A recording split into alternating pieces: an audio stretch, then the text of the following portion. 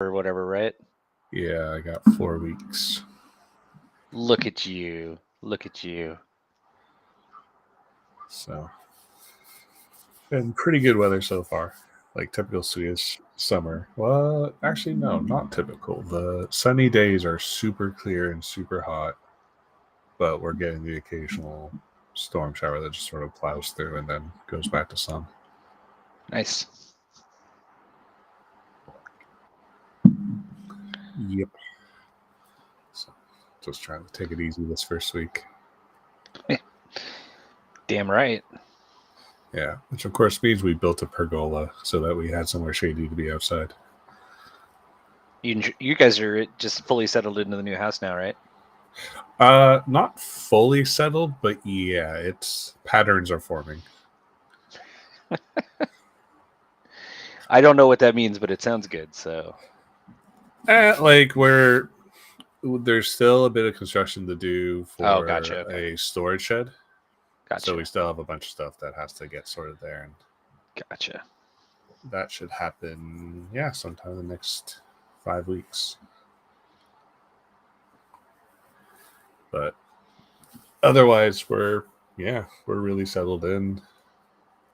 Being in the burbs and not having a car for the first month was kind of shit. I'll bet. But with that sorted and everything else, yeah, we're liking it, though. It still feels a little bit like we're staying at some like Airbnb. That's cool. Like we're gonna have to end up going back to the apartment and be like, okay, yeah, that was a fun vacation. Oh, I guess I should let Alex in. I'm in. You hear me? Yeah, we can hear. Okay. Yeah, give me 1 second to set up. Sorry, I'm running. No. I know. It's almost like it's not that hard anymore. We have long story. It's okay. Let me pull up all the Sharks transactions so I have them. Okay, I have just posted the link to YouTube. By the way, we are streaming. Hello, streaming. Probably should have said hello, streamers. Great. I don't think anybody's listening yet, but we are great, streaming. Great start for me already there. Where is the Hold on 1 sec. Who's drinking a soda? Who's got a straw? No, that was my mouse wheel. Oh, that's a loud-ass mouse wheel. Signings. Team Sharks. So here's the thing I love about hockey rumors. I was really confused as I was prepping for the podcast because I was looking through the Sharks roster, and from all the rumors and all the re-reporting of the nonsense about the Myers-Labanc trade, for some reason, some part of my brain was like, oh yeah, we have Myers now because that's a terrible thing for us to have done. And then when I saw Labanc on the roster, I was like, wait a second. And I had to go digging through like trade history and stuff just to confirm that never happened. Remind me who. Let me just get the Sharks qualified so I don't miss. Misspelled that. All right. Okay. Oh, okay. The YouTube. You posted the YouTube in the thingamabob. Oh, on the Twitters with the stuff. Jesus. Twitter. I can't check fucking Twitter anymore. Pop the link in here in this chat or in Discord. 1 second. I'm happy I can't check Twitter other than not being able to see what Sheng posts. Oh, yeah. Until the article goes up. Yeah, I mean, he rates 4 articles on the same thing, but okay. And I hate that we really have to trade this Giovanni Smith person like before Will is out of college, because I'm not dealing with 2 Smiths on one team. Well, I think I have some minor thoughts on Mr. Smith over here. Okay, switch over to Circling the Cup. Forced me to change my profile because that's God, Facebook, man. What are you even doing? No. Yes. Switching, Circling the Cup. You posted it. Where'd you post it? In the Wedman box? Oh, there it is. Yep. I see it. Going here. Going here. We are a professional organization. We are so good at what we do. Hey, man, I'm doing this under duress. Hey, Under duress. I've got sunshine and I'm in a Nordic country. I'm fine. Off-season. Oh, and Sarah and I tried making Brazilian lemonade today, and it was pretty great. So What makes lemonade Brazilian lemonade? apparently hammock? using Jesus Christ,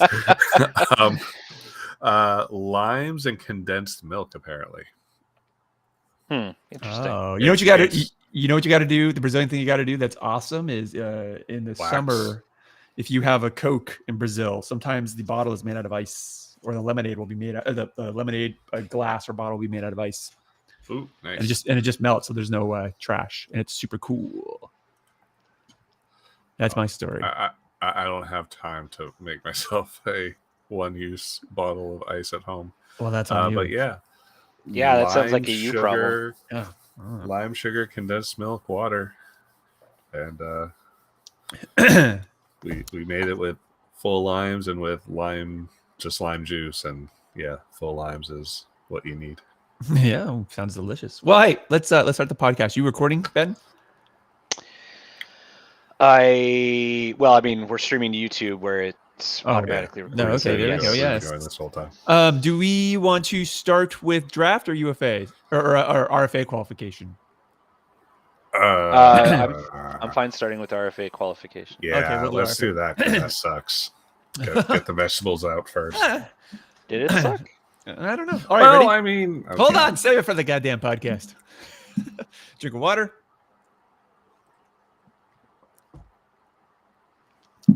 All right, here we go. Hello and welcome to Circling the Cup, San Jose Sharks podcast, off-season special edition. That's right, and it's episode number 201 as well. Full disclosure, we were going to have this a little bit early, but then we thought, well, you got RFA qualifying, you got the draft, you got free agency starting, and you got the youth development camp all kind of happening around the same window. So why not wait to give you a better view? Not because we couldn't coordinate our schedules. Not at all, folks.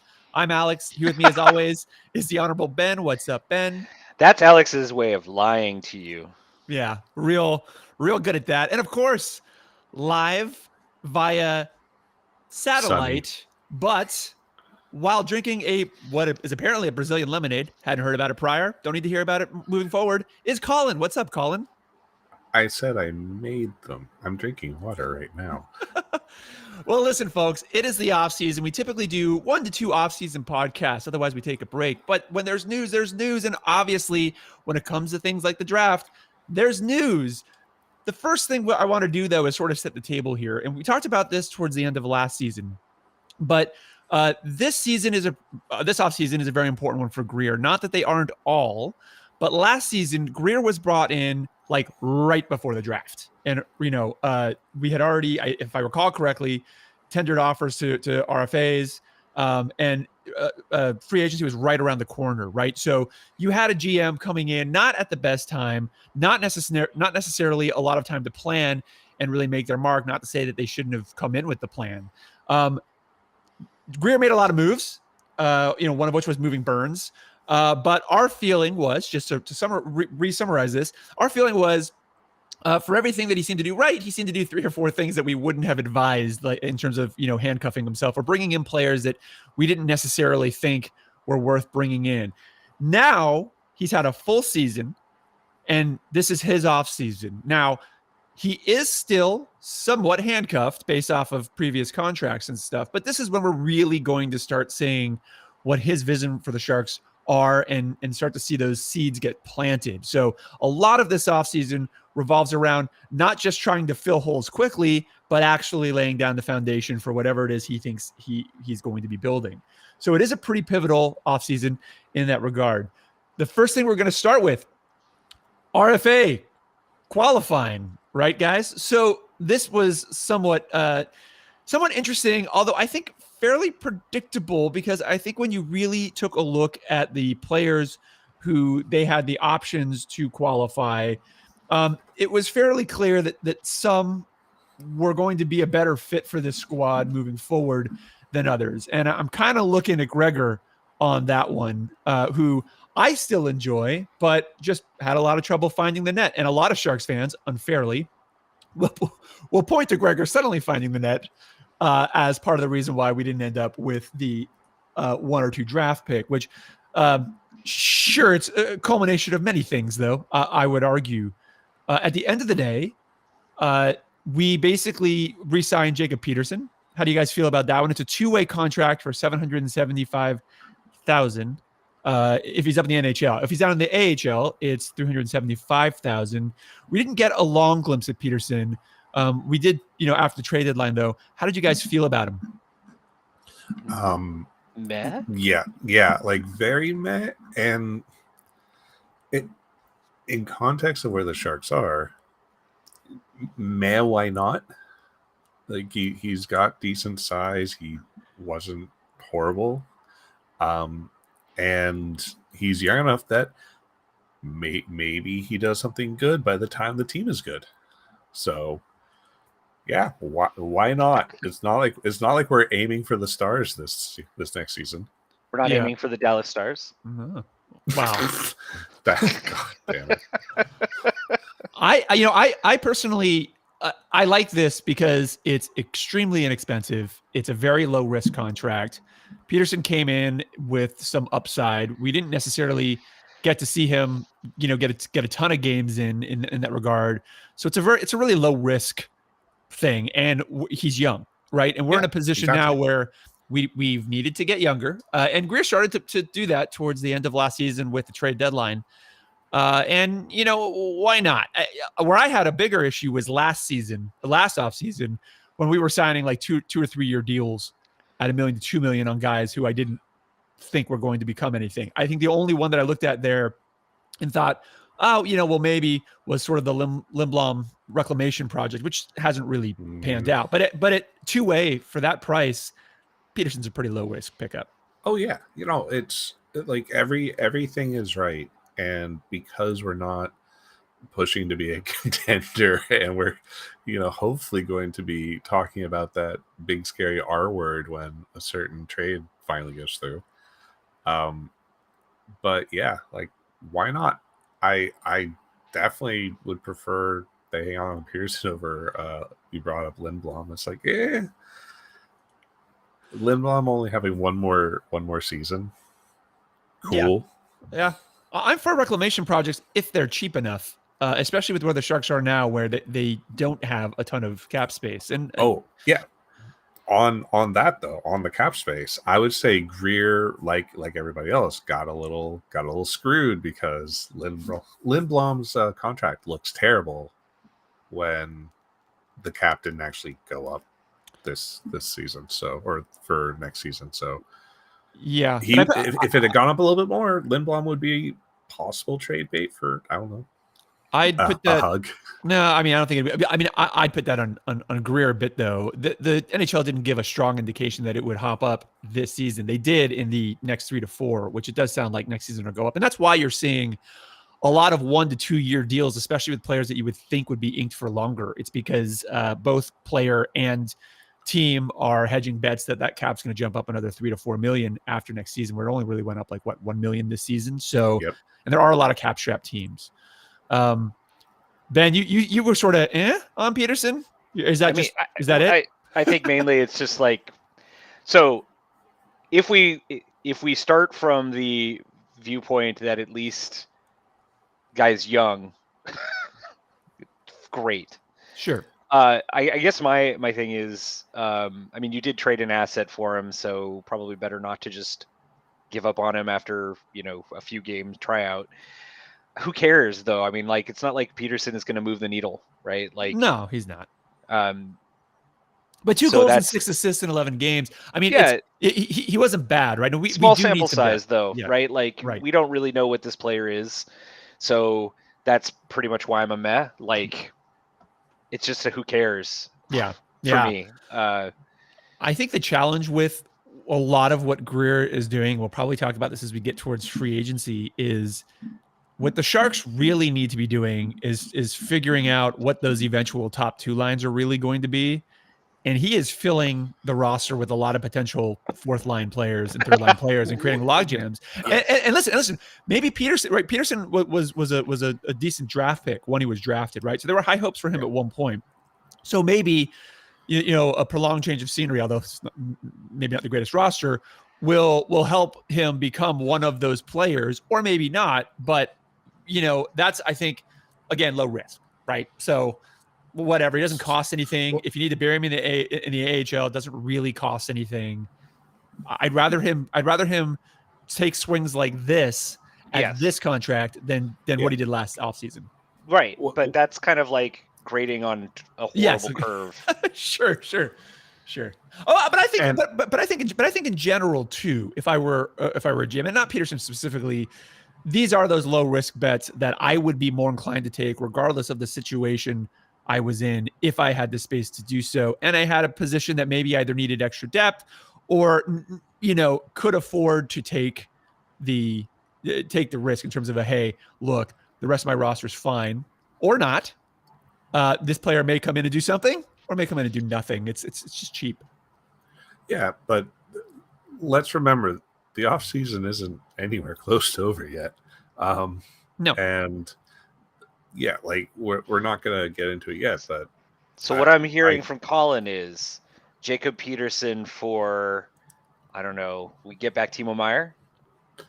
Off season's not over. That's what you said. Timo Meier's already signed his contract. Yeah. Oh my god. But here's the thing. But here's the other thing to add to that too. Let's talk about some of the other people that we qualified and didn't qualify, because also, you know, you got to look at these qualifications in terms of who you kept and who you didn't. So like if they were going to keep everyone, I would have been like, still don't mind it that much, but don't love it.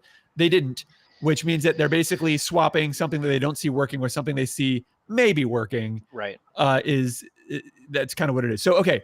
So they confirmed the signing of Eetu Mäkiniemi, which I have to be honest with, I'm slightly surprised by, not because of his play at all, but because the Sharks have created this really weird, last season specifically, clogged prospect pipeline of prospects they didn't fully seem to be behind, while also needing to try to figure out how they were going to deal with a goaltending situation up at the NHL. We knew Reimer wasn't going to come back. The Sharks made that very clear. We knew Kähkönen was likely to stay because they would have to trade him essentially, and his stock wasn't necessarily through the roof, although it did sound like there were some maybe nibbles in the lead up to the draft with him. They end up trading for Mackenzie Blackwood. Now, Blackwood was another, you know, player who looked to be promising and then basically got injured. We flipped the 2023 6th round pick for him. And I didn't like this trade initially only because of what they were going to have to pay him had they qualified him. So my thinking was, and this is how it panned out, was that they weren't going to qualify him and just negotiate a new deal, because he wasn't going to be worth the qualifying. I think it was like three or 4 million, right? Yeah. And that's not the right cost to take a swing on a goalie. And so when they made that trade, it made Mäkiniemi a little bit of an interesting proposition for me, because I would have maybe thought they were going to say, look, this is going to be a dumpster fire of a season again, except this time we might actually bring up some of the youth and actually audition them in some better scenarios, in which case Mäkiniemi may make sense as a pretty inexperienced backup. Now, that's not a great goaltending tandem, to be clear, at the NHL level.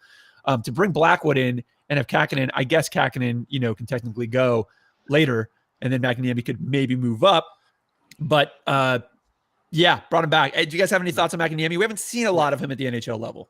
You're looking at this backwards, Alex. Greer's master plan is to blow out all the other teams' salary cap by trading them their Stanley Cup winning goalie for a pittance that team then has to sign to a big contract. Therefore, Greer ends up having all the free cap space. Okay, it's like 7D chess here, man. Can I tell you something? That's a great point. Seriously, I actually thought you were going to say something else. My concern is, based off of the way that Greer's running the organization, that he is so locked in on collecting either players from Boston or former Sharks, hey, Patrick Marleau, new development coach, that he saw Niemi in the name Makiniemi and was like, well, yeah, Oh obviously. no, jeez, that's terrible. Hey, we're going to talk about it later. He picked up a Smith. We had a Smith around there. Oh, I thought you had something interesting to say on that. You didn't think about that, did you? No, I didn't think about it being you. If it would have been Ben, then it would have been interesting. Well, I bet Ben's reaction is, meh. Well, to Mackenzie Blackwood No, well, yeah, let's talk about or both. Makiniemi. Well, let's talk about both. I mean, I don't understand why a team that needs to be bad is bringing in a goalie who might be good. And so I don't get this at all. Like, sure, it only costs a 6th rounder, but like, aren't you trying to figure out who your goalie of the future is? Why do you have 2 26-year-olds at the NHL level? I'm telling you. Well, goalies do have. So we do know that goalies do, as far as NHL players are concerned, can have a longer shelf life, right? So 26 is young in goaltending land, especially when goaltenders tend to mature at a slower pace on average. Right. But yeah, I hear you. But then, again, you have Makiniemi as well that you just sort of brought it. So Makiniemi is obviously going to be sitting there in the AHL because you're not going to send down Kakinen or Blackwood, so he's not coming up unless someone gets hurt, which based off of last season, it's a high likelihood. And based off of this goaltending tandem, decent chance. Yeah. I don't get it. Like, you've got 3 guys at the AHL level, who you signed Romanov, you've got Krona, you let Mann go, which is whatever. You've got McIniemi, you re-sign. Like, do you see one of these guys as the guy of the future? Because if you've got 3 of them sitting there, you're not going to figure it out. I'm serious. I think it is purely because come trade deadline, somebody needs a goalie. There's somebody out there who has to three unproven goalies. Greer doesn't trade goalies when they actually have value. Yeah. That's the problem. Like, he should have traded Reimer 2 or 3 times over the last couple years. I fully agree to so that. Any plan you put forward that suggests that Greer is going to move a goalie who is playing well and has trade value is suspect, my friend. That's all I'm saying. I mean, I never said that. I never said that these goalies were going to do well, and then I said they were going to win a Stanley Cup. I mean, I think look, here's how I look at this situation. And honestly, my off-season summary as we get later in the podcast is going to be that we're clogging certain pipelines unnecessarily, and that may not necessarily be good for us long term. Probably won't be. But Kakinen is clearly. I don't think the organization views Kakinen as the future. I think they recognize that they're probably going to need a mediocre tandem because they weren't likely to. I think this team wants to tread water on the competitive level. They want to be slightly competitive so that if they start bringing players up, they bring them up in an environment where the team is at least working hard and whatever. They don't necessarily want to be amazing or if they do whatever. Blackwood, I think he's a reclamation project, right? So Blackwood has the potential to be your starter the next 4 or 5 seasons, depending on whether or not he can really bounce back from injury. Kakinen is just going to be there to backstop, and then you're going to move him out, and then maybe you see whether or not Makiniemi is ready to take that step up, and then you have a Blackwood Makiniemi, or you go into free agency and you just throw all this out the window. But the point is, I think the bigger point is that you could always go into free agency once you need a good goalie. Oh, no, I agree. Yeah. I'm just saying I think that's probably how they are looking at that situation. I don't think you need to spend money on your goaltending spot right now. Right. Yep. Right. Like, again, Greer likes to use more cap than he needs to. Yeah. And he just doesn't, it's a Well, the good news is they're not playing. Yeah. The good news is they didn't qualify Blackwood so that they could negotiate a different contract, which is significantly lower. So, but they're still spending, a combined $5.1 million on goalies. Right. Yeah. Goalie. Yeah. Just stupid. One of which isn't fairly confident isn't the future, and the other one is a complete unknown, which is Alex, I need you to define competitive in this sense because, like,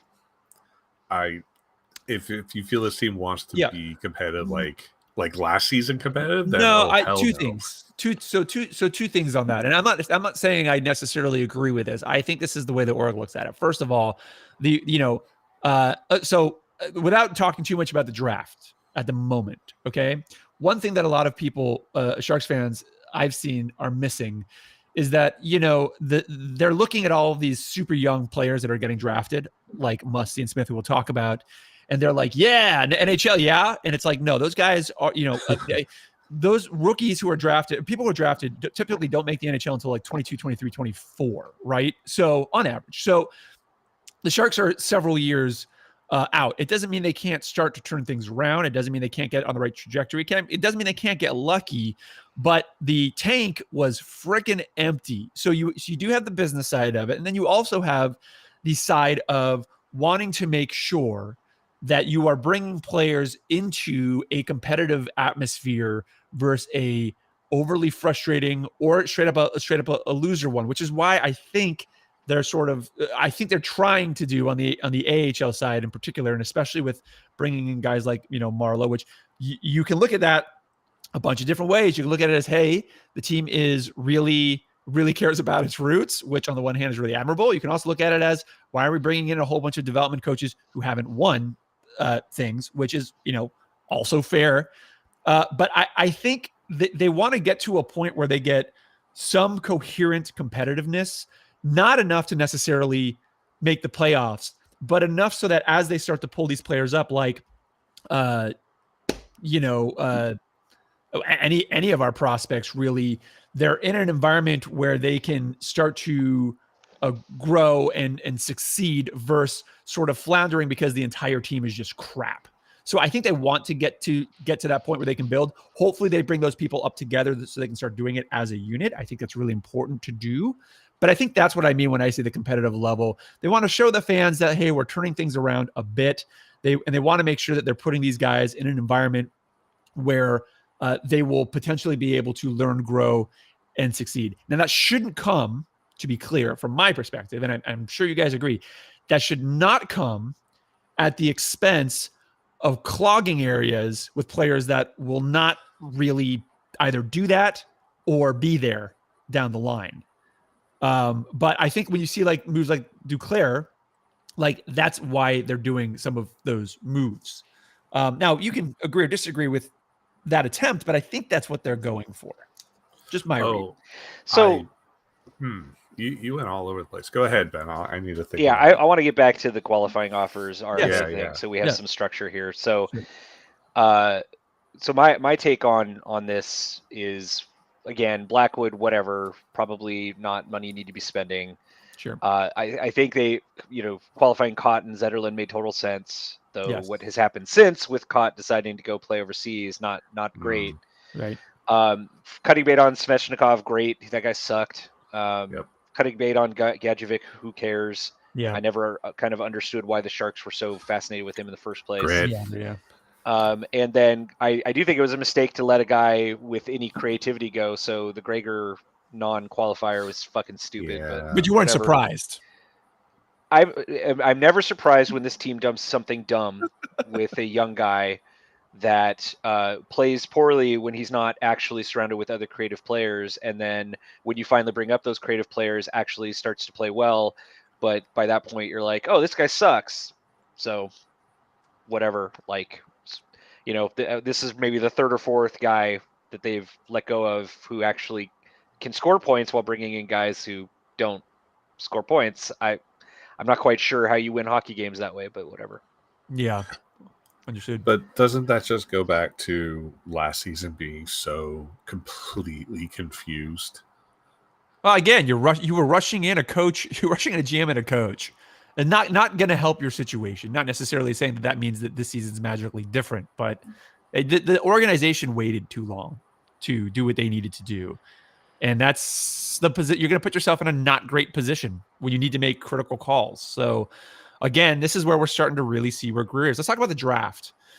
So the draft hits. Woo, draft. Sharks are sitting in fourth. There was a lot of conversation about whether or not the Sharks were going to stay in fourth. It sounded like Montreal wanted to move up a space. There was a lot of conversation about whether or not the Sharks were going to go for Smith or Mishkov. At the end of the day, Or Carlson. Or Carlson. But Columbus had made it pretty clear that they were hot on Carlson. So for me, I had kind of written that off quickly. It wasn't until the draft actually hit when Anaheim took Carlson that I was like, oh, now I don't know what's going to happen. Could we end up with Fantilli, if only because Fantilli's a different type of player than Carlson, and Columbus was looking for Carlson seemingly specifically. At the end of the day, no.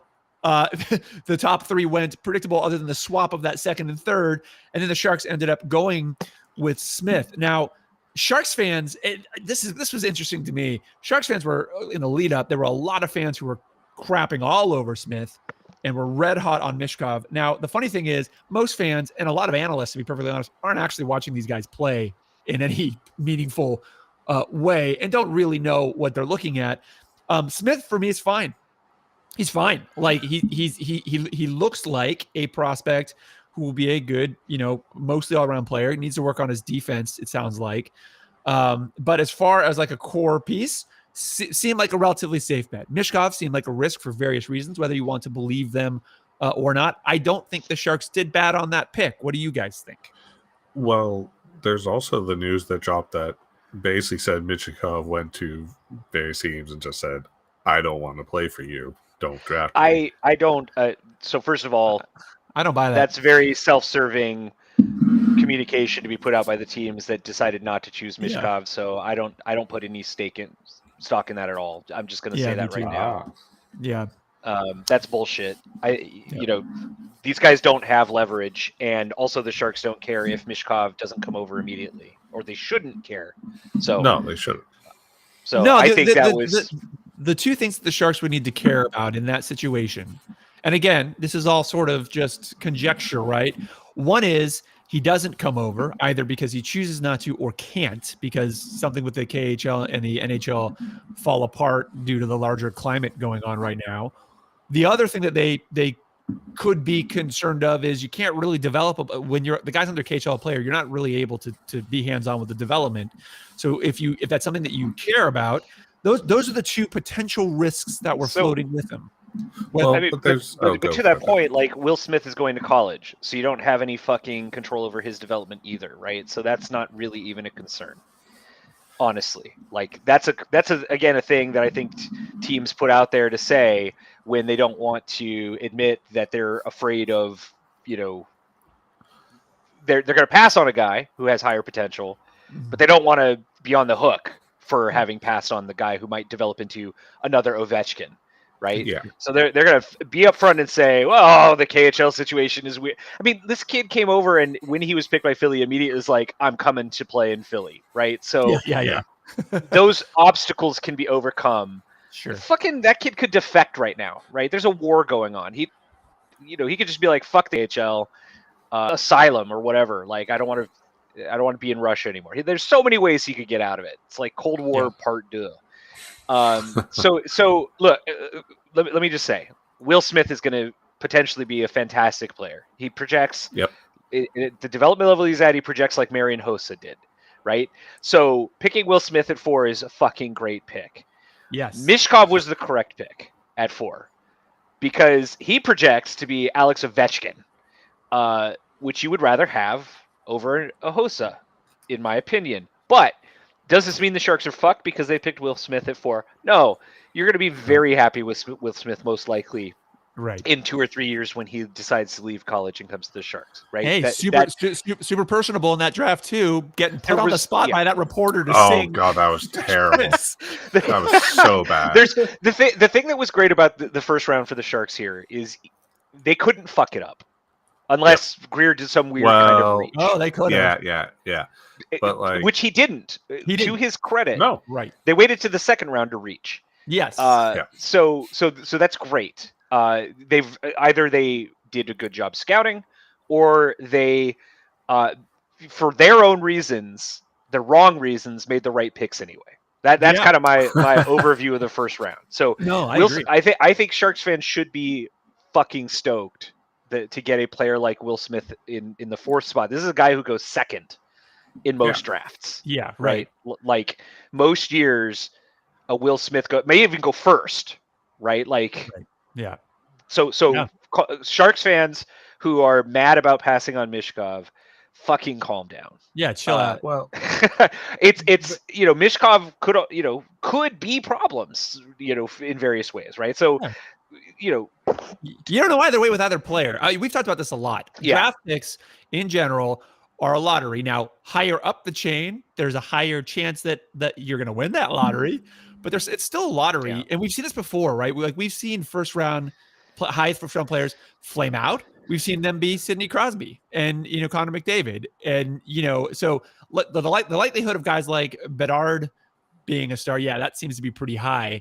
But in general, you're rolling the die either way, and I agree. I think he's going to be a good fit for the organization too, which is great. Yeah, I mean, I'll admit, when Anaheim fucked up and took Karlsson at second instead of Fantilli, like you, I briefly was like, "Oh God, please let Columbus. Please let Columbus." But they didn't. They made the right call and took Fantilli. Well, there was so much talk. There was so much talk with Columbus. So they made it very clear that Karlsson was what they were looking at. And then there was a lot of chatter about if for some strange reason Karlsson isn't available, then they're likely to pick Smith. And that's when I was like oh, wait a minute. But I literally had to keep one hand on the couch, grounding myself. So I wasn't going to float away. I was like, well, because what I didn't want to have happen personally is I was okay with Smith. I was okay with whoever they were going to pick, as long as they didn't trade back or do something really weird. And as long as they got one of those top, Mishkov didn't end up going in the top 5, but as long as they picked one of those guys, I was going to be perfectly happy. I didn't want to be disappointed. I didn't want to disappoint myself because I all of a sudden thought we were getting Fantilli. Yeah. I was going to feel bad. I like Musty. Musty came into development camp. It looked great. Now, again, I see a lot of Sharks fans who are like, "Oh, is he NHL ready?" He's playing 17, 18-year-olds, guys. He's not. That's not ready. But he looked good. I agree with you, Ben. I thought the Sharks handled. This is probably one of the best first rounds they've had in a while. They didn't do anything stupid. They picked 2 players that I think are going to be really good fits and will be there long term, or at least make the NHL, which is great. The second round is when they started to do a little bit of reaching. I don't think the reaching was as bad as it's been in the past, where it was straight up out of the round. It was. Their second rounder projected is more like a 3rd or 4th at best. Right. Yeah. At best. But they used to do that with almost every pick for a while. It was trading back or grabbing guys that the rest of the teams are like, okay. So it seemed to be a bit of a U-shaped draft for me, right? Pretty good in the beginning, little and the middle, fine towards the end. The end being extra lottery, as far as I'm concerned. Fair? Yeah. When was the last time the Sharks had 2 picks in the first round? Oh God, I don't remember. It's easy enough for me to check, but I'm busy looking for something else. I guess what I would say about the Sharks draft in total is they made obviously a great first round. Cagnoni's a great pick the 4th round, I believe. They got a guy Rimashevsky at the very end of the draft who actually, some analysts thought could have gone in the 2nd round. So in that sense, I feel pretty good about the overall. So the way I kind of put it on Twitter is I gave Greer an A- for the first round because I don't believe that they got lucky that Musty fell to them, because I think they were looking again at big bodies and there were other players that they would have picked in that spot if Musty wasn't there that would not have been first round talent. So thank goodness Musty was still there. Good on them for taking the best pick they could get. Chris Stahl was still there, so I wouldn't argue that one of the best player. But I would say there were 2 guys there that fit that spot, and of course they took the bigger guy, because Chris Stahl is essentially a tiny guy like God dang it, the kid that Chicago drafted years ago who's Calgary now but leaving. I can't remember his name. DeBrincat? Yes, DeBrincat. Thank you.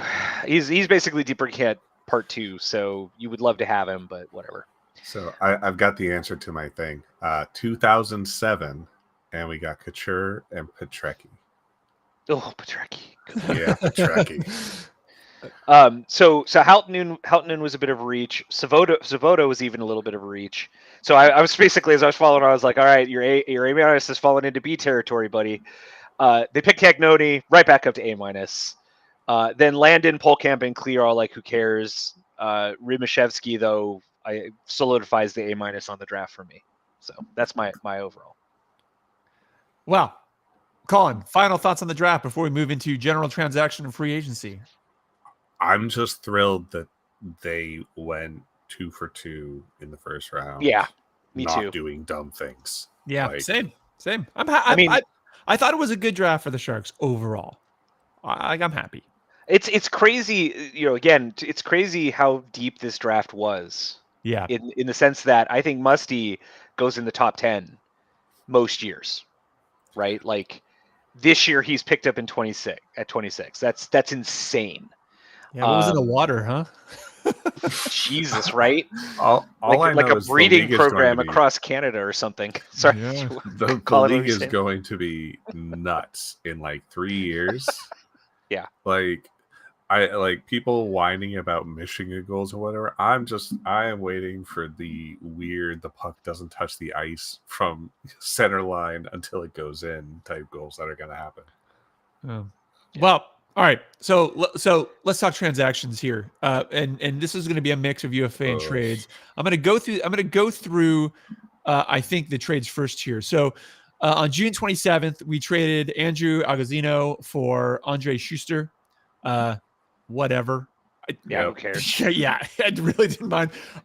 We traded, as we mentioned before, Mackenzie Blackwood. We traded to the Devils a 6th round pick in the 2023 draft, which turned into Cole Brown for Mackenzie Blackwood. We didn't qualify Blackwood. We then signed him for cheaper later. During the draft, we shipped to Carolina our 3rd and 4th round picks for their 3rd round pick, which we used on Brandon Svoboda. Funny to see that name again. And then we did another pick flip. We took the 7th round pick for 2025 from the Washington Capitals for our 7th round pick in 2023. They took Antoine Keller. And then we traded with the Florida Panthers. So we basically shipped out Steven Lorentz and a 2025 5th round pick for Anthony Duclair.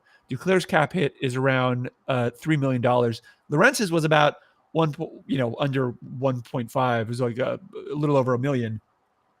Duclair is another one of those reclamation projects where, had a decent, okay trajectory, then got injured for quite a while, came back. He looked good in the playoffs for the Panthers. And set up quite a few people, which I think when you look, he's fast, and he came back and was able to set up. So if he's healthy, that can be an all right pickup for us as far as filling out that, bringing the compete up a bit there, and maybe helping guys like, if he's paired with someone like a Hurdle, for example, who really needs to have a strong season this season, especially compared to last season. Interesting pickup. And then we shipped out Knyzhov for Gowanke, right? So yep. I'm sure I'm butchering his name there. So here's what I find interesting, a little bit interesting about these moves, and this kind of goes into the Kaut situation that you were bringing in earlier before, right? We qualify him, and then he ends up signing in the Czech league. Between this and free agency, the Sharks seem to be filling a lot of the same roles. Like when I look at Gowanke, I see that and I'm like, don't we have Thrun? Aren't we bringing him up in that position? Like now we're a bit overloaded in terms of these, lower level D guys. So it'll be interesting to see whether or not, Gowanke is a guy that basically wants to play. That was why he was asking to get out of there, out of Winnipeg. He wasn't going to. He wanted to play. Kaut was a guy in the same position when we picked him up and we flipped him for Merkley. Same deal. So if you're going to keep picking up guys that really want that opportunity and you're going to be signing them, you probably ought to give them the opportunity or you're going to be in trouble at some point down the line. But any thoughts on any of these roster moves? And then we'll get into the free agency stuff. I'm really conflicted on Duclair because I really like how he plays, though he doesn't seem to know when to stop from crossing the line. He's a plug. Yeah, well, he's a plug, but like he's a plug who plays with size, energy, and can score every once in a while. Right. Yeah. I like.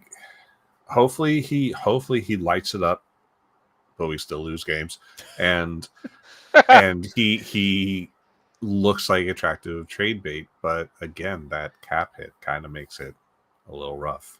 Yeah, I mean, I don't have any belief in Lorentz personally, so I don't. Yeah, get out of here. No, like this is an upgrade. Like, player-wise, yeah, exactly. Yeah, so, it's an upgrade, but we don't need upgrades right now. Well, but here's not the 27-year-old ones. I mean, I Duclair at least can score. Like of all the veteran guys that Greer has brought in over the last year and change, this is probably. Look, I wanted Duclair on the Sharks like 5 years ago. Yep, yeah, same. Yep. You know, when he was bouncing around between the Blackhawks and the Blue Jackets, etc. And you know, I wanted to bring him in then, and I don't mind having him on the team now, to be perfectly honest, because at least he'll be fun. Yep. Yes. Right. Yeah. Is he 27 or whatever now? Yeah. That's kind of sucks. And he's coming off of injuries as well. And he's coming off of injuries. But you know, if you've got a choice between him and like a Lindblom contract, I take Duclair every day. Yes. Yep. So, you know, Duclair, he's going to end up being a first through third liner on this team, right, this season.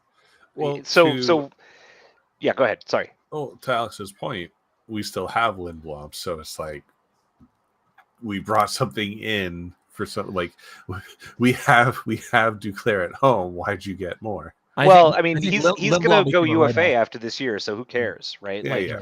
This is a tryout. So you know, Lindblom goes UFA at the end of this year. Barabanov goes UFA at the end of this year. Duclair goes. I mean, you've got all these 27 and 28 and 29-year-olds. You know, going UFA at the end of the year. And if they're to be honest, it feels like what this tells us is exactly what Alex is saying, which is. The team is trying to not be absolutely terrible this year for various reasons. Right. And then they're giving themselves this year to figure out what they need to do for next year. Right. Right. Yep. So, you know, because they're going to have to observe what Will Smith is doing and Musty's doing, what Bordelot and Eklund are not doing, what Bistedt is doing. Right. So it's not a bad thing, I think, to have these guys on 1-year contracts now here. Yeah. Till to just ride things through. I think it's not like Duclair is going to come in and like make this team incredible. In fact, it's very likely because Duclair I think is not particularly good defensively that what he does is make the team fun. Yes. Right. Yeah. And I'm okay with that. Yeah. Yep. Yeah. Well, and again, the contract thing is the biggest thing because when you take a look at last year and you looked at the way that Greer was plugging holes, the frustrating thing was the term of those contracts. Yes. Along with the fact that he was bringing in guys that couldn't score. But you know, again, you're looking at a reclamation project. You're looking at a tryout like Duclair. Like this year, having his salary in the books, not that big of a deal to me. Nope. Now, if it was multiple years, I'd be like, let's maybe slow down and hope for the best. I mean, if your goal is to get Hertl, for example, comfortable and playing well on the top line, having Anthony Duclair on the team is a good thing, in my opinion. Yeah. Right? Like if you pair Duclair and Hertl and I don't know who the else, I mean, fucking LeBanc, I don't know. This team is so devoid of first liners right now. All on the same line. That's, you know, if you're trying to keep Hertl from going into a deep depression for the next 4 years, this is how you do it. Yeah, I agree. So Duclair's Hertl's teddy bear. Okay. and you finger cross that Zetterlund actually does something. Because I don't think him coming in towards the end of last season was particularly impressive, and they were hoping. He was a bigger part of that return, right? So you're hoping for something. They signed Giovanni Smith also from Florida. This is one where I'm like, now, Ben, you knew the second they let Gadjevic walk that they were going to pick up a face puncher, right? Now, here's the one thing I will say. I've never really watched Smith play. I don't personally know a ton about him. Doesn't seem very, very impressive. Clearly, he's got a role of enforcer. I don't love when we pick up enforcers. Get that off the table. If he is here, and Eklund and or Bordeleau or Gushin are not, I'm pissed off. Yeah. If he's here to make sure no one kicks the crap out of them, I'm slightly less annoyed by this. I don't say I like it. I'm just saying this to me had better mean that we are bringing up some of these young kids this season. Because again, for me, the most disappointing thing about last season was we didn't bring up those kids until very, very, very late. You made me remember that the Blackhawks had brought Corey Perry in to bodyguard Bedard. And that just hurts in so many ways. But at the same time, that's going hard for bringing in Goon Squad in to protect your youth. I mean, I don't see a world. So dumb. I know, but I don't see a world. It's pretty clear at this point that Greer will always have at least one, if not two, of these guys on the roster. So you should just get used to it. No, I don't think I'm going to. I think I'm going to be pissed off that they waste roster spots. Yeah. Do you know what player I hope Smith can find like reincarnated is like a Darian Hatcher type. Just a total piece of shit who plays with absolute disregard for anybody around him, but is actually kind of effective and can contribute to a win. He won't. Wait. No, sorry. He will contribute to a win. The other team's win. The other team. And in that sense, again, I'd rather the team be terrible for another year. So I guess I'm okay with this. Yeah, I don't love the cap space tie up. It's not major, but not, you add everything up, not great. But again, if this means if they brought him in because they're going to start bringing up some of these young guys that we want to see, okay. Whatever, fine. They also brought back Ryan Carpenter, which I'm assuming is just for the AHL. It is. Yeah. Yes, good. Especially since Aguzano went out. Aguzino left. Sorry, yeah. They brought in Kyle Burrows, which again is sort of starting to clog up that D thing, especially when you got guys like Thrun. They brought in Saburin, they brought in Nathan Todd, and as we mentioned, Gwanke. So it's interesting. It's pretty clear they don't know what they're doing on defense yet. Yeah. And they're overly stockpiling, especially when you take a look at the things that they got back in the Meyer trade, right? Yeah. You pulled in some young stuff. So this is where I'm very much in the hey, watch out realm, because I look at Thrun, specifically Thrun, but there's other examples because Gwanke's one as well. You only pulled Thrun under the promise that he was going to be playing. So if you're going to start clogging that pipeline, you're going to lose that player. The same way that you lost Kaut, whether or not you care that you lost Kaut at the end of the day. So the Sharks kind of need to pick a lane here and figure out which players they think they're going to be bringing up or have faith in versus just completely unsure. And I get the sense on defense, they're maybe not as sure as I was thinking they were. Yeah, well, but I mean, because you have Pulley too, right? You've got Shimmick is still on this team. You've Shimmick, right? Carlson, unless you ship those guys out, which they're actively trying to sound like ship Carlson out, right? They made that very clear that both player and team are open to moving him because it's probably best for him, but will only do so if it makes sense. And buying the out defense Vlasic core wasn't like at all viable, right? I mean, you could have bought him out if you really. It doesn't really make a ton of sense to buy Vlasic out. I mean, because you're tying yourself up cap space wise. I mean, but you could buy Shemek out. Oh, yeah. I feel like you would have done that by now if you were going to do it. Carlson, you can move. Here's the thing. It's not just one of those players. They've been pulling it. They've been collecting defensive prospects in the last 4 months. Yeah. Like they are, I don't know. What's something you call it a lot these days? Yeah, right. Basically. So, it's fine that they're trying to remake the defense. It's fine they're trying to remake them with younger guys, and some of these prospects look like they could end up being pretty okay. But at some point, again, I think, Ben, you brought this up earlier with the goaltending situation. I don't get it. At what point are you just clogging things? I mean, the problem is, I think part of the problem is that their entire pipeline at the AHL and below level is all left-handed guys. Yeah. Right. Yep. So Pulley, Thrun, Makhmadulin, I don't know how you pronounce it. Close. Guriev and Okotiuk are all left-handers. Cicek as well, but we all know he's not actually a prospect except in the Sharks' mind. Yeah. Gawanke can play both sides, but I'm actually not sure if he's left or right-handed. Right. So, I'm pretty sure the Burrows signing was because he's right-handed. Gawanke's righty.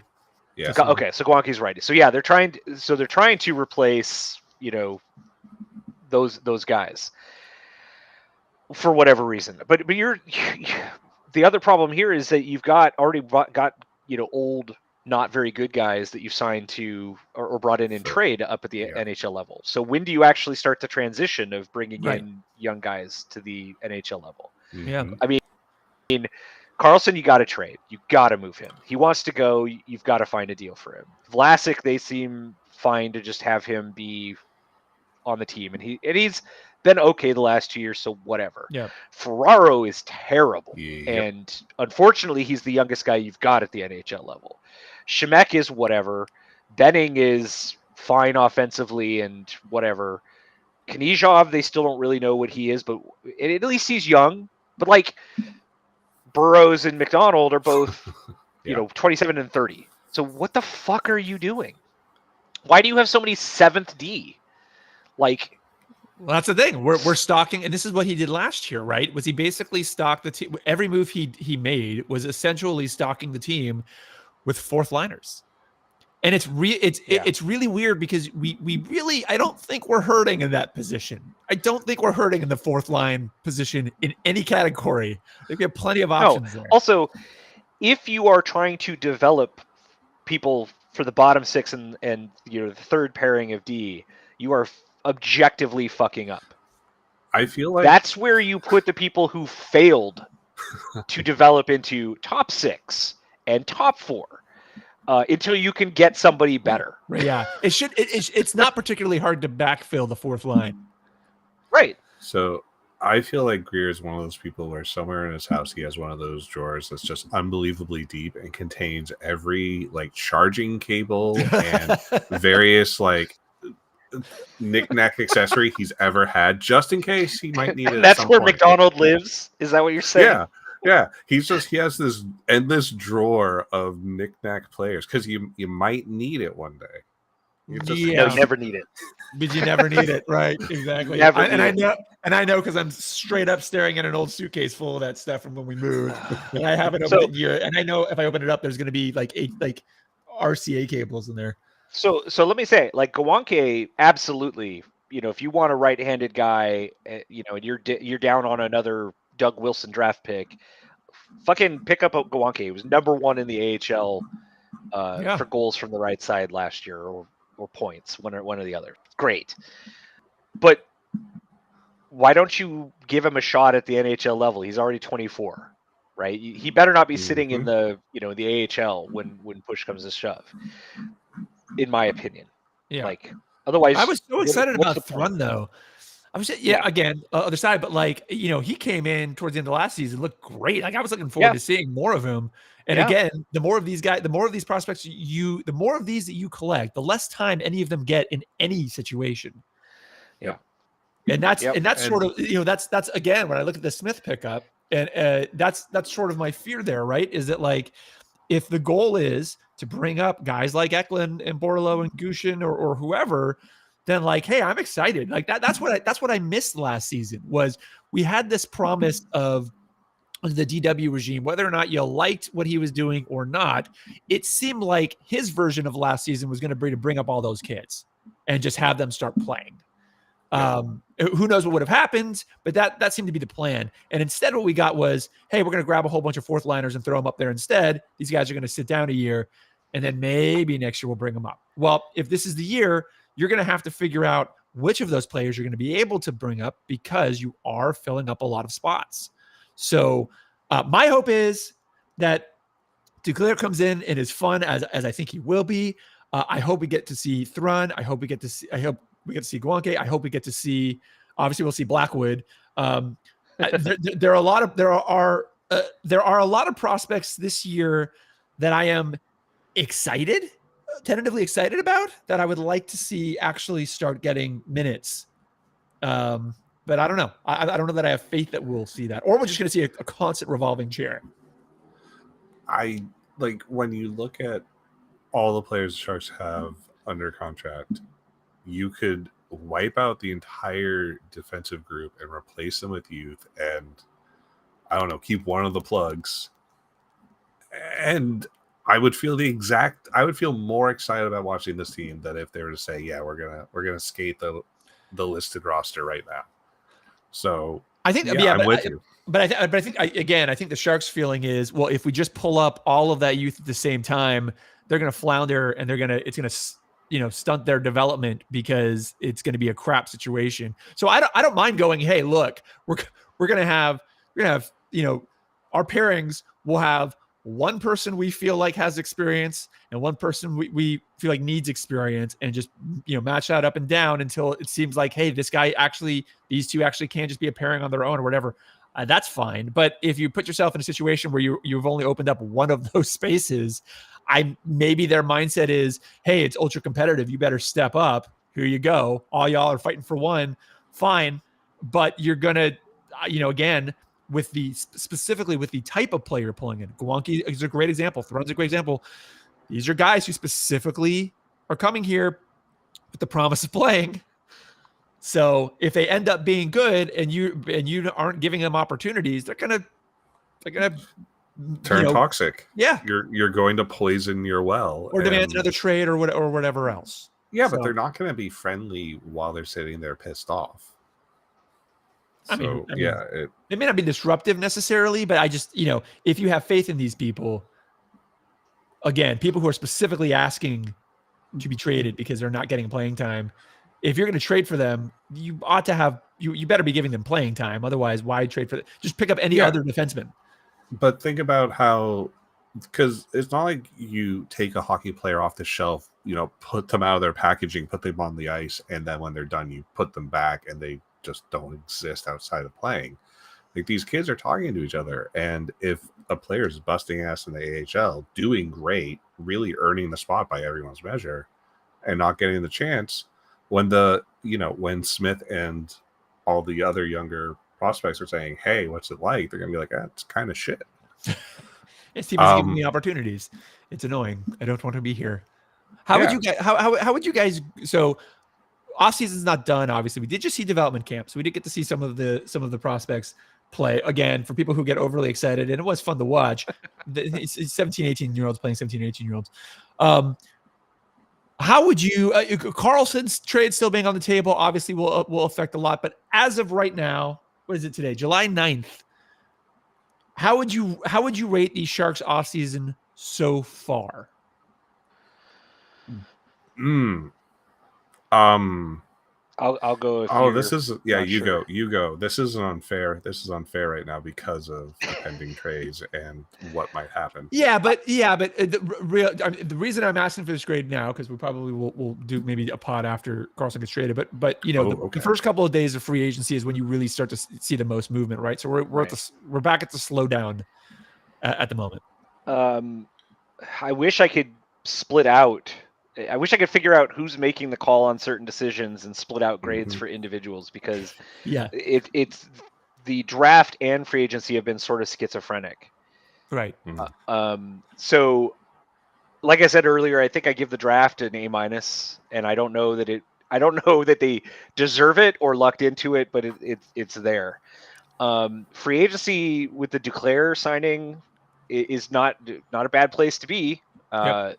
And I think the Gwanke trade was good, especially if you're just never going to give Kniazev the chance. Let's split into three then. That's fair. So draft, free agency, qualifying.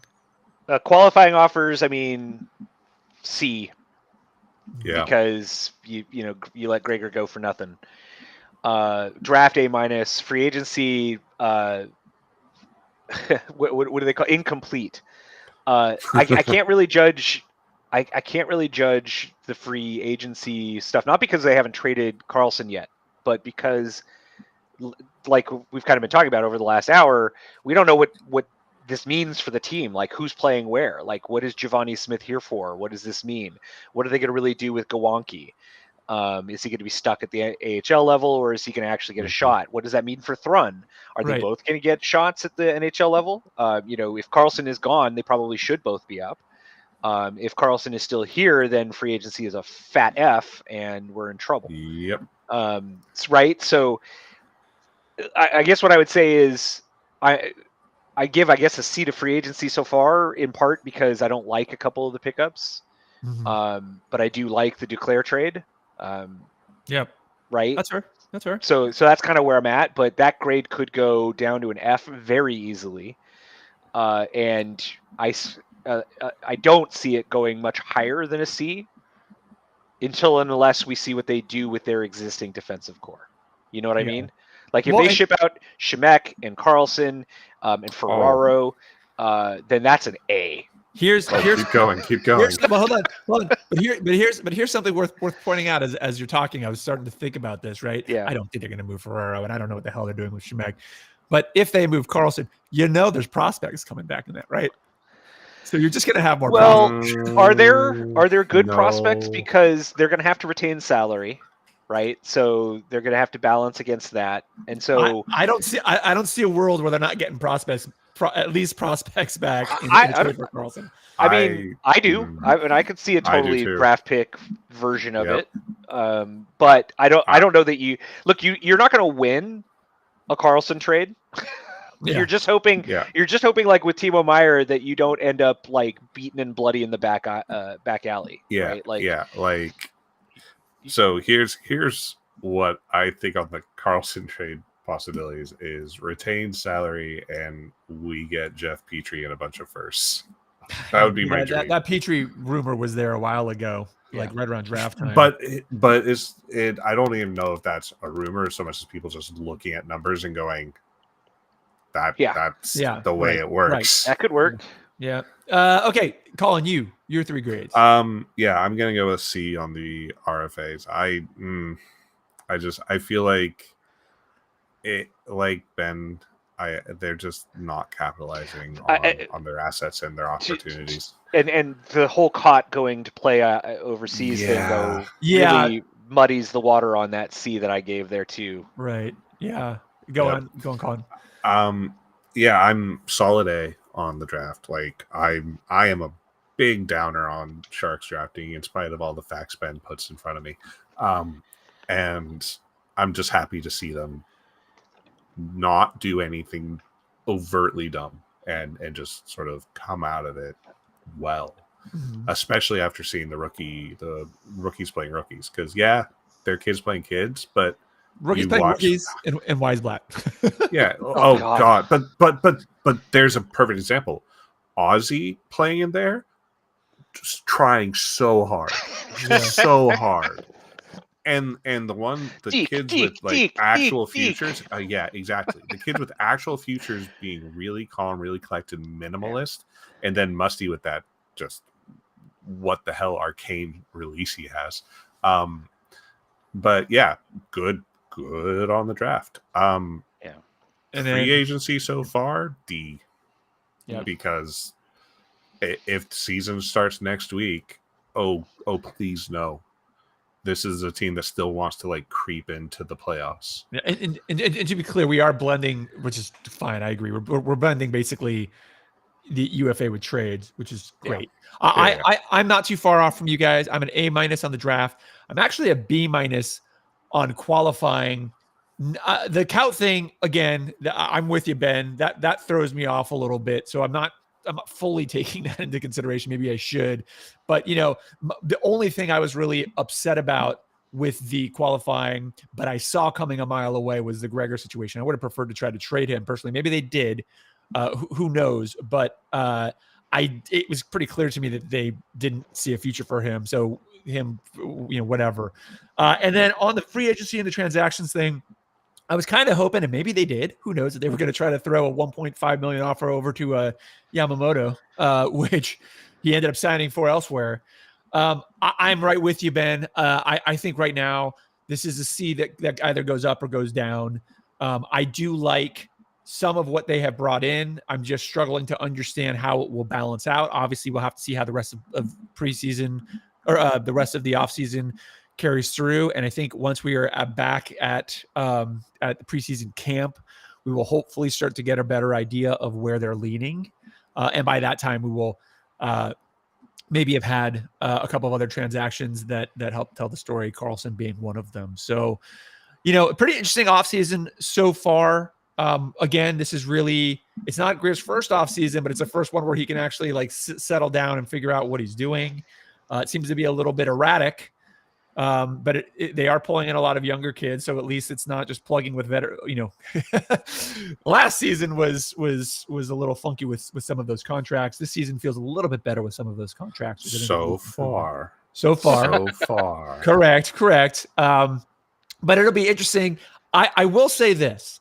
I am back to being excited to see the Sharks next season only because of some of these pickups and some of what we saw last season if they start to come up. So hopefully they don't destroy that excitement in me too quickly next season. But yeah, any other final thoughts on this offseason so far? Before we do our 3 stars, which Ben loathes. Oh, God damn it. How oh, okay, I don't need to no, I'm just kind of scared right now that Greer's done. That like nobody offered him the 3 dump trucks of money that he wanted for Karlsson, so he's like, I'll just keep him. I wouldn't be shocked if Karlsson were the last significant thing that we see, if we see anything, because again, typically the most significant portion of UFA is early on, and this year the cap didn't really go up, right? So people are signing basic, 1 year, Bridge. 2 year deals. Yeah. I have the fear that the roster we have is a roster we're skating next season, and it's going to be competitive is going to mean 30 overtime losses or something. I don't think it's going to happen. But I would love for the Karlsson trade to not retain too much and or to pull in something that is a legit helpful turnaround piece for the lower team expectations in the mid to long term. No, I know. I'm just saying that would be my dream. I'm sure that is what is holding up the trade. That no one in their right mind is going to give a top prospect for Karlsson. You know what really sucks about the Karlsson situation is that the cap didn't go up, because had the cap gone up, it would be probably a pretty different conversation. But it just going up 1 million when the teams that could give something worthy back are all cap strapped. It just crap timing, Yeah. I mean, if he gets his award next season on the Sharks and the cap goes up 3 to 4, that's a totally different conversation about what the return would be. We're once again in a reality where if only Vlasic was on long-term injured reserve, him and Karlsson as a package deal would be like every Stanley Cup contender team's dream. I think we're in the reality where the Karlsson situation sums up the Karlsson experience here in San Jose, which is basically the timing was just consistently off every step of the way. He was a fantastic rental. We should never have signed him. I'm going to be happy when this period is over. 3 quick stars of the off season. Who wants to go first? I can go first if no one wants to. I haven't even thought of what it is yet, but I can make it up. I'll go first. I'm gonna give Sharks scouting, I guess, for the draft. My second, I'll give him my 3rd star. My 2nd star is going to go to Musty, who I'm excited about, and seeing him in the prospect scrimmage. Again, small sample size and not the right competition, but also kind of excited about. And I'm going to give my 1st star to our new draft pick, Will Smith, mainly because Look, I work in media. What that reporter did was the most unprofessional, stupid thing ever, and his reaction was great. It was very much a really on television during the biggest moment of my life. This is what you're asking me, and then he still did it anyway, which I thought was great. I'm excited for him. Go Sharks. Who's next? All right, I'll go. Third star goes to us for talking about hockey in July. Yay. Second star goes to Musty's weird wrist shot release. I need to go back and watch his goals again because the way he releases the puck is just. I love that it's is going to be on my team. And then first star goes to Smith. Hopefully. But Musty's got the size, and Greer is trying to turn us into Vegas/Florida, so it works. You're hoping Greer's still here by the time Musty's ready to come up. I don't know. Greer I think he probably will be.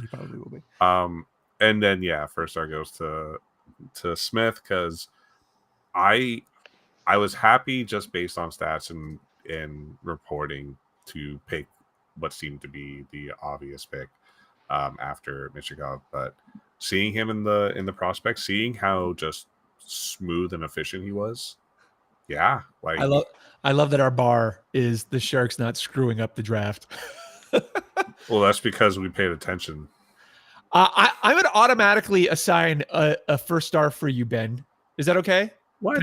Can I take a swing? I'm going to take a swing because Ben hates this segment anyway. Ben, ready? I'm going to do anti-stars. Okay. Well, I think your first star should be the hilarity of the Columbus Blue Jackets picking up Fantilli and then shoving him in front of Babcock. You got to coach. No, that's going to work as an anti-star as well, signing fucking Babcock as your coach. Oh my god, I didn't even think about that. So I'm going to do the draft anti-stars. These are the three teams that supremely fucked up their first rounds. So are you ready? Yes. Okay. So first of all, the Anaheim stupid Ducks. So passing on Fantilli for Karlsson is just about the dumbest thing you could possibly do. Great, love it. But it did save the Sharks from making the mistake of maybe drafting Karlsson themselves at 4. Because we did hear that whole thing where we know that Greer has a Swede fetish. So, but he's also got a Boston fetish. So how do you? I know which one wins out. That's a great question. Then the other clear worst choice of choices of the first round are whatever Arizona was doing. Holy shit! Passing up on Mishkov for 1 at 6 when he fell past Montreal, who also didn't do themselves a lot of favors. But Reinbacker's not terrible. I just wouldn't. I think Reinbacker too preoccupied with where they're going to be playing in a year or two. Give them a break. They're distracted. Yeah. So Arizona, just every pick in their first round that they had is just like a fucking laugh fest. And then Calgary didn't seem to know what the fuck they were doing in the first round either. So those are my 3 anti-stars in no particular order. I think the first goes to Arizona though, because they fucked up 2 separate first round picks, which is just amazing. Chef's kiss, baby. But Calgary somehow, I feel like something during the last few weeks is what made all their players just nope. And now Calgary is just... Well, players were noping from Calgary because they thought they were going to continue dealing with Popeye as a coach. Yeah. First of all, and now, of course, they're dealing with, a GM who doesn't seem to know what the fuck he's doing. So, yeah, that's going to be a continued nope out, which is crazy because that team, if you went back 2 years ago, that team was set up. Yes, they were really fucking good for the next 5 years, and now they're just woo. Yeah. Which lesson to all the fans who are, thinking the Sharks are going to be something or the other next season. It can all just flip around. And here's the crazy thing, because we think Calgary imploded, and here's Florida looking like they're going to be amazing. But you read through the injury lists on the Florida team, and whoa, that team might not be too good next season. Yeah. Well, guys, that concludes our our first off-season podcast. We may not see you until training camp unless something crazy happens. By the way, let's talk about games next week. None. There's 0 games next week. You're fired. There won't be games for a while. Hey, you can check us. Oh yeah, and where are the Sharks are on the standings? Nowhere. Oh Jesus, come on. Come on. They were 4th People need in the draft. people need consistency. The only answer. All right. You can check this podcast out on Twitter if you can. Well, still have maybe. Twitter. Maybe. Hold on, don't know. because Twitter's. I may end up on Threads in the next few days. So Threads. keep an eye on Twitter to find out if I end up on Threads. If you can see it, right? Or we will post it on Facebook. You can check us out at facebook.com/circlingthecup. Again, we don't post it all that regularly, but we do check in on stuff occasionally. We got a Discord channel, which is somewhere. You can check us out on the web at circlingthecup.com. You can subscribe to this podcast and rate it 5 stars wherever you get your podcast, particularly Apple folk. You know the podcast app, and Android people. Well, there's always Spotify. You figure it out. You're smart cookies. Guys, that's another another week of Sharks hockey. I guess it's been a couple of weeks there. So good talking to you, and go Sharks. Eat the rich. Yep. That was a left field one there. How about a goodbye? I was just thinking about Musk effing up Twitter as much as he has. And then eat the I don't rich. mind. I hate Twitter. Bye-bye. Cool. All right, I gotta run, guys. All right. Later.